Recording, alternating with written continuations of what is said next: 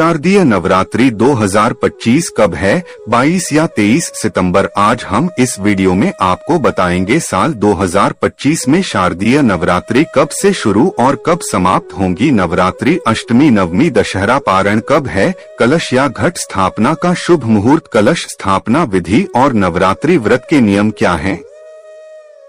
Hello friends, स्वागत है आपका आपके अपने चैनल सनातन साधना में।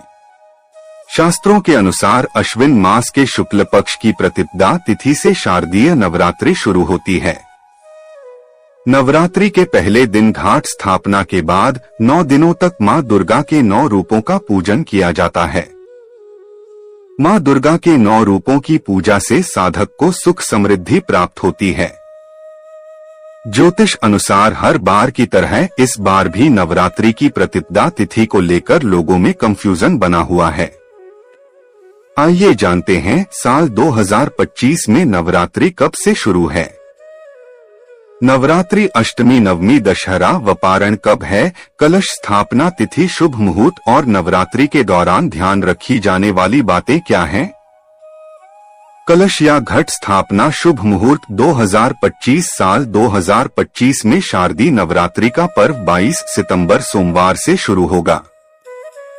प्रतिपदा तिथि प्रारंभ होगी 22 सितंबर प्रातः काल 1:23। प्रतिपदा तिथि समाप्त होगी 23 सितंबर प्रातः काल 2:55। घट स्थापना मुहूर्त होगा 22 सितंबर प्रातः काल 6:09 से प्रातः काल 8:06। घट स्थापना अभिजीत मुहूर्त होगा प्रातः काल 11:49 से दोपहर 12:38। दुर्गाष्टमी होगी 30 सितंबर मंगलवार। दुर्गा नवमी होगी 1 अक्टूबर बुधवार। नवरात्रि पारण दशहरा होगा 2 अक्टूबर गुरुवार। कलश स्थापना विधि नवरात्रि के पहले दिन सुबह जल्दी उठकर स्नान के बाद व्रत का संकल्प लेकर शुभ मुहूर्त में कलश स्थापना करनी चाहिए।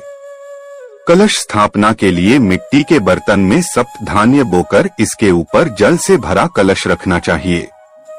कलश में रोली से स्वास्तिक बनाएं और कलावा बांधें। कलश में अशोक या आम के पत्ते रखकर कलश में सिक्का, धूप, सुपारी डालें।